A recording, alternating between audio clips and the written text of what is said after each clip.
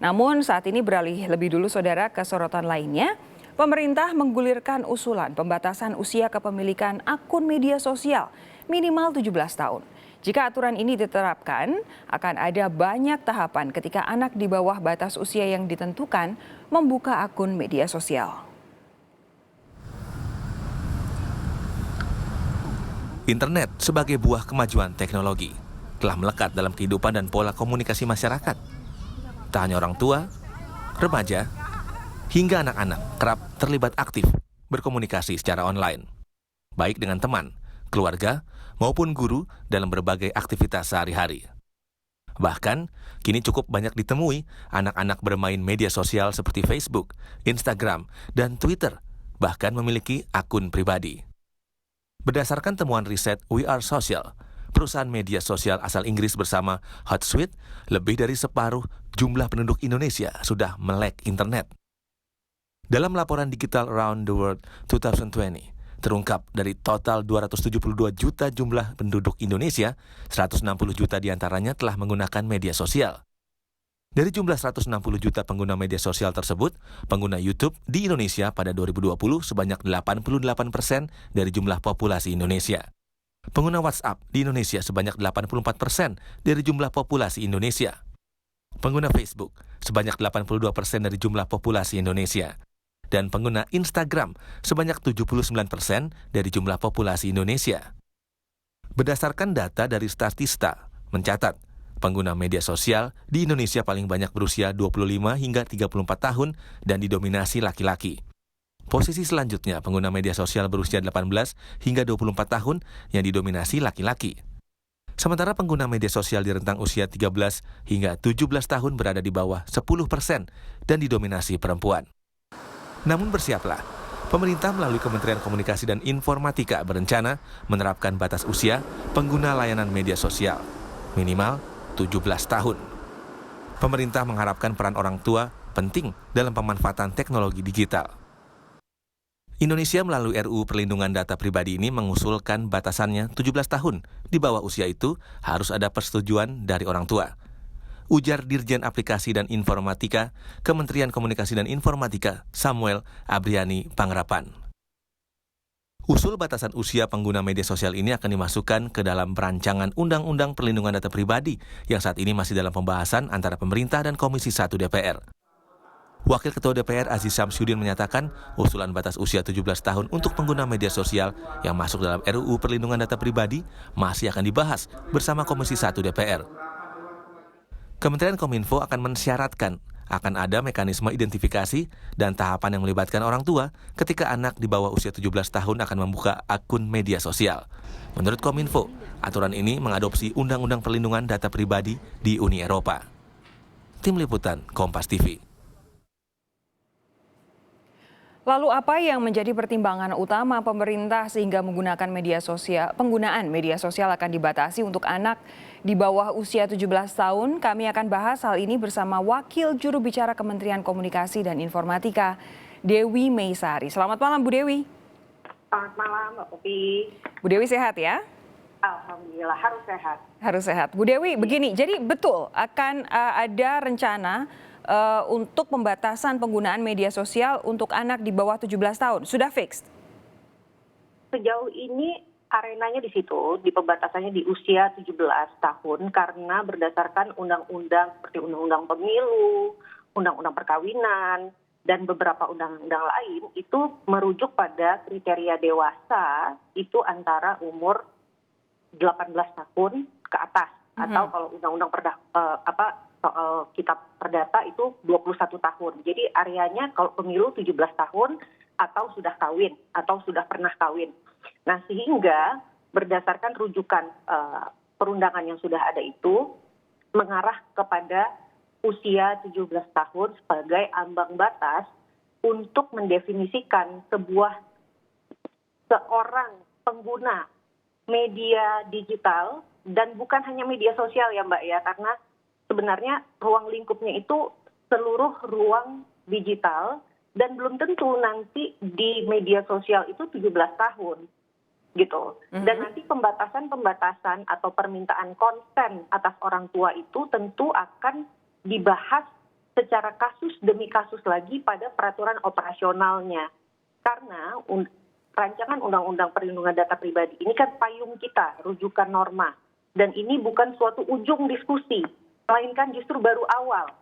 Gitu. Ketika kita bersepakat usia 17 tahun ke bawah adalah mau kita pandang sebagai anak-anak sehingga masih perlu mendapatkan pengawasan atau pendampingan orang tua, maka nanti di peraturan operasionalnya akan didetailkan lagi karena ruang lingkupnya bukan hanya media sosial. Bu Dewi, dari yang Anda sampaikan tadi saya simpulkan bahwa ini masih digodok ya? Masih digodok dan ini sebuah start, bukan ujung, justru masih awal. Oke, lalu kalau kemudian tadi Anda sampaikan juga atas konsen orang tua, berarti pembatasan ini anak tidak boleh, kalau nanti benar-benar penggodokannya sudah matang begitu, apakah anak sekiranya tidak boleh sama sekali atau boleh dengan konsen orang tua? Akan arahnya ke boleh dengan konsen orang tua, bukan tidak boleh sama sekali. Karena itu juga sepertinya kalau tidak boleh sama sekali justru bisa bumerang ya. Karena artinya banyak anak-anak kecil yang justru menginspirasi kita, bisa menyebarkan kebaikan untuk anak-anak kita. Karena kalau tidak pemerintah justru bisa dianggap membatasi ruang berekspresi dan berpendapat, begitu kan? Betul. Tidak seperti itu arahnya, tapi kita cuma ingin memastikan orang tua Indonesia mendampingi anak-anak mereka dalam mengakses konten-konten agar selalu lebih banyak yang positif daripada yang negatif nanti yang Apa sih yang paling ditakutkan, apa yang paling dikhawatirkan saat ini sampai wacana ini kok jadi muncul? Terkait peredaran konten negatif, banyaknya misinformasi, disinformasi, dan hoax, dan belum lagi sekarang juga sudah banyak laporan masuk ke kami terkait sexual harassment online dan macam-macam. Jadi ini membutuhkan kedewasaan literasi digital tertentu dan sebelum kita melepas anak-anak kita untuk bisa sendiri mandiri mengakses ruang-ruang digital dan berinteraksi di sana, maka saya pikir alangkah baiknya bahkan mungkin harusnya orang tua mendampingi anak-anak mereka sampai umur usia 17 tahun tersebut. Begini Bu Dewi, yang jadi pertanyaan para pegiat internet saat ini adalah kalau kemudian anak-anak bisa mengonsumsi konten yang negatif, ini kan sebenarnya ada berbagai permasalahan. Fine, anaknya mungkin kalau anak zaman sekarang bilangnya kepo begitu ya, penasaran. Tapi ini kan di situ ada mungkin ketidakpedulian orang tua atas untuk mengecek apa saja yang dikonsumsi anaknya. Di situ ada kemalasan berpikir baik dari entah orang tua, entah pendidik, entah pemerintah juga yang seolah-olah alih-alih menciptakan sebuah intervensi sosial sehingga anak tahu apa yang harus ia konsumsi, anak tahu membedakan mana yang negatif dan mana yang positif, anak tahu bagaimana cara melindungi dirinya di dunia digital. Alih-alih berusaha untuk itu, menciptakan pengetahuan dan edukasi digital itu, kok jadi yang dibatasi adalah media sosialnya. Tidakkah berpikir seperti ini, Bu Dewi? Betul sekali, dan kami sepakat untuk itu. Maka akan ada aktivasi berbagai edukasi literasi digital. Kami baru memulai sebuah aktivasi literasi digital.id. Di situ sudah ada pilar digital parenting, Mbak. Nah, di situ kita juga mengetahui, menyadari kita tidak akan bisa selalu melindungi anak-anak kita. Kita harus di saat yang sama kita harus membangun mereka juga.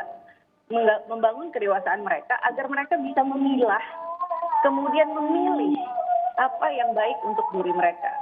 Nah, yang pembahasan yang sekarang terjadi terkait RUU PDP atau perlindungan data pribadi ini adalah lebih kepada penentuan norma ketika nanti kalau undang-undang ini disahkan, maka Kominfo bisa punya kewenangan untuk meminta berbagai perusahaan penyedia jasa-jasa aplikasi apapun itu ya, untuk game, untuk belajar, aplikasi belajar, mesin pencari, atau video dan lain-lain, media sosial juga, itu dia akan menerapkan mekanisme tambahan apabila yang mendaftar pada akun mereka, platform mereka terdeteksi sebagai anak gitu.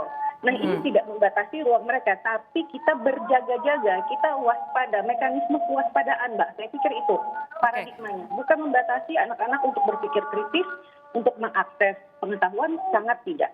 Oke. Saya pikir tidak seperti itu semangatnya. Jadi saya juga bayangkan tidak mungkin ini bisa dilakukan kalau tidak bekerja sama dengan penyedia layanan media sosialnya sendiri. Barangkali nanti kalau sudah ada perbincangan lebih lanjut, Kemenkominfo harus berkoordinasi dengan Twitter, Facebook, YouTube, dan lain sebagainya. Tapi begini. Sudah barang tentu.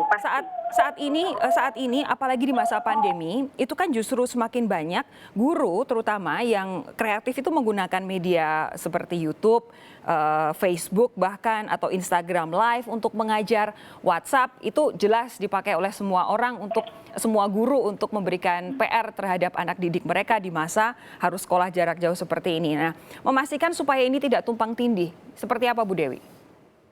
Itu tentu harus dibahas dengan lebih. Ini the devil is on details ya Mbak. Jadi harus didudukkan kita sama-sama dengan para penyedia platform.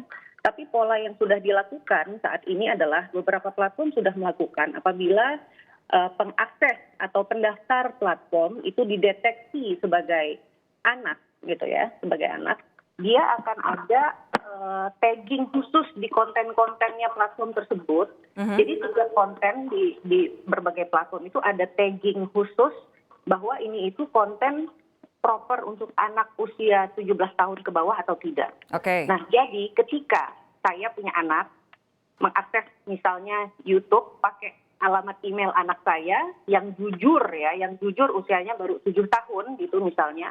Nah, nanti by system YouTube itu sudah memfilter konten-konten yang taggingnya itu aman buat anak-anak. Sehingga ketika saya mengakses YouTube dengan akun anak saya akan berbeda apa yang tampil dengan ketika saya mengakses YouTube dengan akun saya sendiri yang berusia rahasia.